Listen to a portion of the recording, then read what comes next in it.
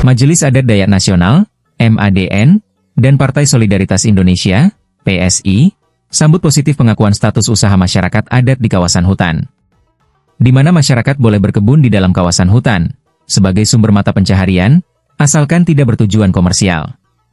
Tertuang dalam putusan Mahkamah Konstitusi Nomor 181, PUU 22/2024 dibacakan, Kamis, 16 Oktober 2025. Yakobus Kumis, Sekretaris Jenderal MADN dan Heri Saman, Direktorat Masyarakat Adat Dewan Pimpinan Pusat PSI, mengatakan, patut diapresiasi. Yakobus Kumis dan Heri Saman mengatakan, putusan Mahkamah Konstitusi paling anyar, bukti keberpihakan kepada masyarakat adat. MADN dan Direktorat Dewan Pimpinan Pusat PSI nilai, putusan Mahkamah Konstitusi penting dalam mencermati regulasi penertiban kawasan hutan. Berupa Peraturan Presiden Nomor 5 Tahun 2025, tanggal 21 Januari 2025, tentang Satuan Tugas Penertiban Kawasan Hutan atau Satgas PKH. Di mana sekarang telah diperkuat Peraturan Pemerintah Nomor 45 Tahun 2025, tanggal 19 September 2025. Tentang tata cara pengenaan sanksi administratif dan tata cara penerimaan negara bukan pajak, yang berasal dari denda administratif di bidang kehutanan. Peraturan Presiden Nomor 5 Tahun 2025 dan Peraturan Pemerintah Nomor 45 Tahun 2025, banyak mendapat kecaman masyarakat adat. Karena pelibatan Tentara Nasional Indonesia, TNI, dan Polisi Republik Indonesia, Polri, sangat kental nuansa militeristik. Karena dinilai berpotensi mengkriminalisasi masyarakat adat dan mengancam keberlanjutan lingkungan. Berisiko mengkriminalisasi masyarakat adat yang telah lama tinggal dan mengelola kawasan hutan secara turun-temurun. Tanpa pengakuan resmi, kegiatan mereka dapat dianggap ilegal dan dikenai sanksi administratif hingga pidana.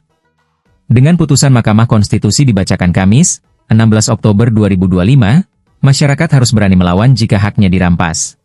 Harapan kami sebagai masyarakat hukum adat yang ada di Indonesia, khususnya masyarakat adat Dayak, kepada tim PKH, dengan adanya sudah ada turunnya putusan ini, kami harapkan agar areal-areal yang sudah dipatok oleh tim PKH itu segera patoknya dicabut. Kemudian segera dilakukan penataan kembali.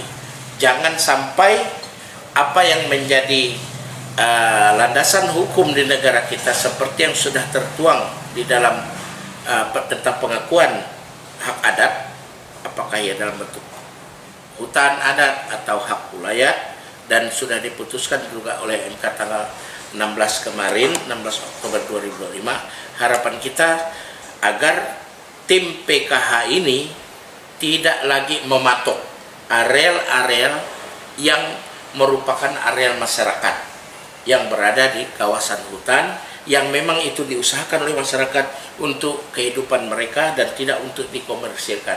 Kalau dia menata yang areal-areal hutan yang memang dipakai oleh para korporat, para perusahaan-perusahaan besar yang selama ini kita tahu banyak melakukan penyimpangan, misalnya arealnya ini dia menggarap areal, merambah ke areal hutan dan tidak masuk dalam izin konsesi mereka, itu sudah termasuk pelanggaran. Dan ini yang harus ditertibkan, bukan menertibkan yang punya masyarakat yang sudah memang berada di areal itu, dan masyarakat tidak mencari kekayaan seperti yang terjadi oleh perusahaan-perusahaan besar. Mereka ada di situ, sudah turun-temurun di situ sebelum negara ini ada, dan mereka sudah mengusahakan itu untuk kehidupan mereka dan tidak untuk mereka komersilkan. Putusan Mahkamah Konstitusi Nomor 181, PUU 22/2024 dibacakan, Kamis, 16 Oktober 2025, sinergi dengan dua putusan sebelumnya. Pertama, Putusan Mahkamah Konstitusi Nomor 95, PUU 12/2014 dibacakan Selasa, 10 Desember 2015. Menguji Undang-Undang Nomor 18 Tahun 2013, tentang pencegahan dan pemberantasan perusakan hutan. Dan Undang-Undang Nomor 41 Tahun 1999, tentang kehutanan. Berupa pengecualian pidana masyarakat hidup secara turun-temurun di dalam hutan, selama bukan bagi kepentingan komersial. Kedua, Putusan Mahkamah Konstitusi Nomor 35 PUU 10/2012 dibacakan 16 Mei 2013, secara tegas akui masyarakat adat sebagai subjek hukum, di mana memiliki hak atas wilayah adatnya, termasuk hutan adat. Mengabulkan sebagian permohonan pengujian Undang-Undang Nomor 41 Tahun 1999, tentang kehutanan. Menegaskan hutan adat adalah hutan yang berada di wilayah adat dan bukan lagi hutan negara. Serta mengakui masyarakat adat sebagai subjek hukum yang memiliki hak atas hutan adat. Menyikapi tentang putusan Mahkamah Konstitusi yang menyatakan bahwa masyarakat adat bisa mengelola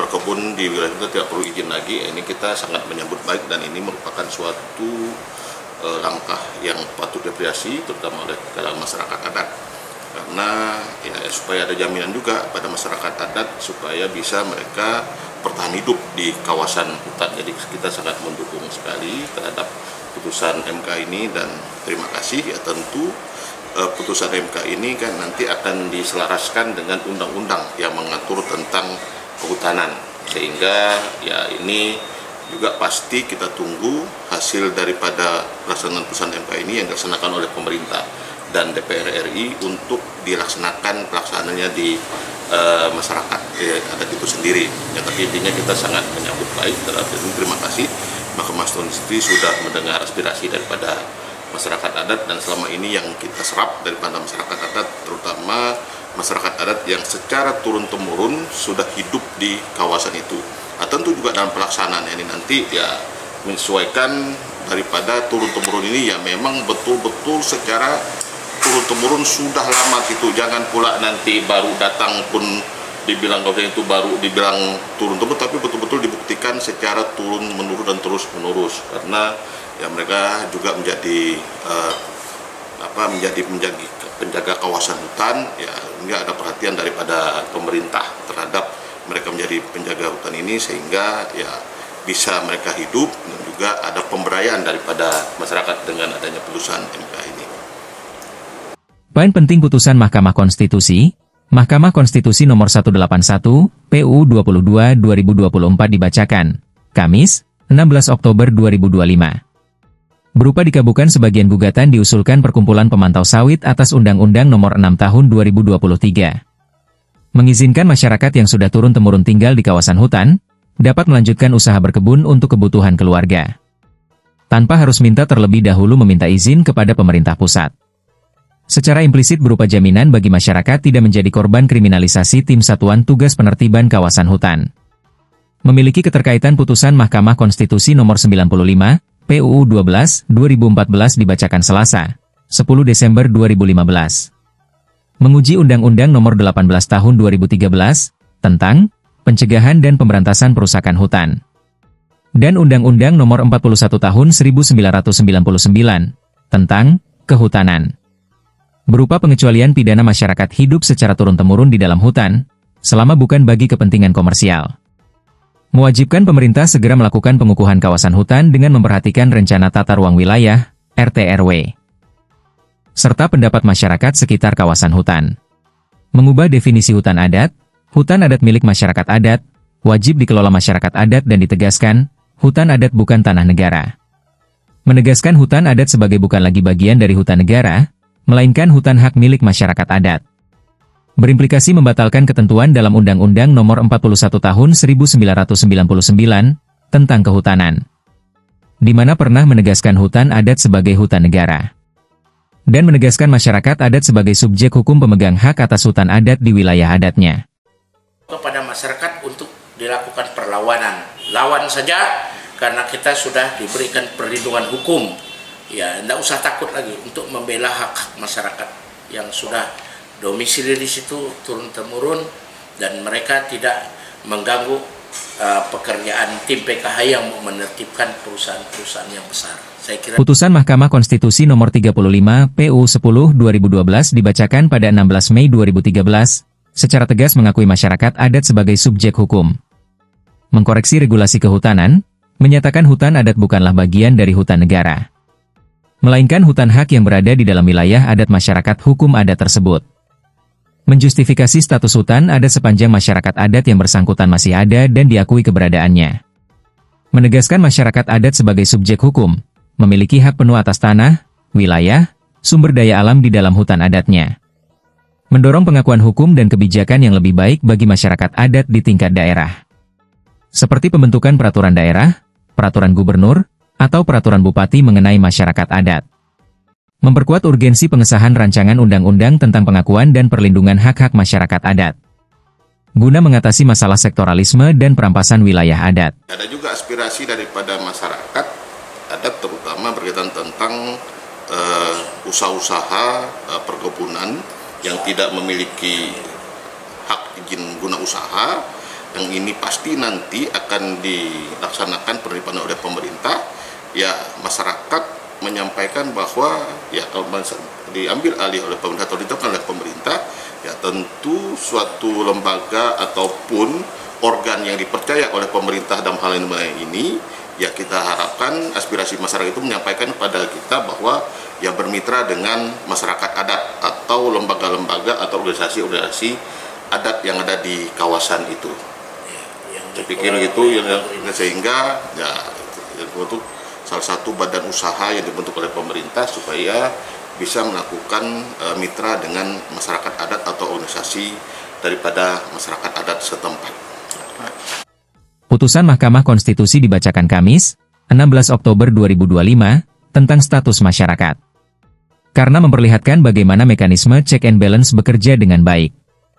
Ada ruang bagi masyarakat sipil menguji kebijakan, dan ada lembaga yang secara objektif memberikan tafsir konstitusional. Ini bukti demokrasi Indonesia semakin matang. MADN dan PSI percaya baik pemerintah maupun Mahkamah Konstitusi memiliki tujuan yang sama. Memastikan masyarakat tradisional, khususnya yang hidup di sekitar hutan, tetap terlindungi haknya untuk beraktivitas secara non-komersial sesuai amanat pasal 28I ayat 3, Undang-Undang Dasar 1945.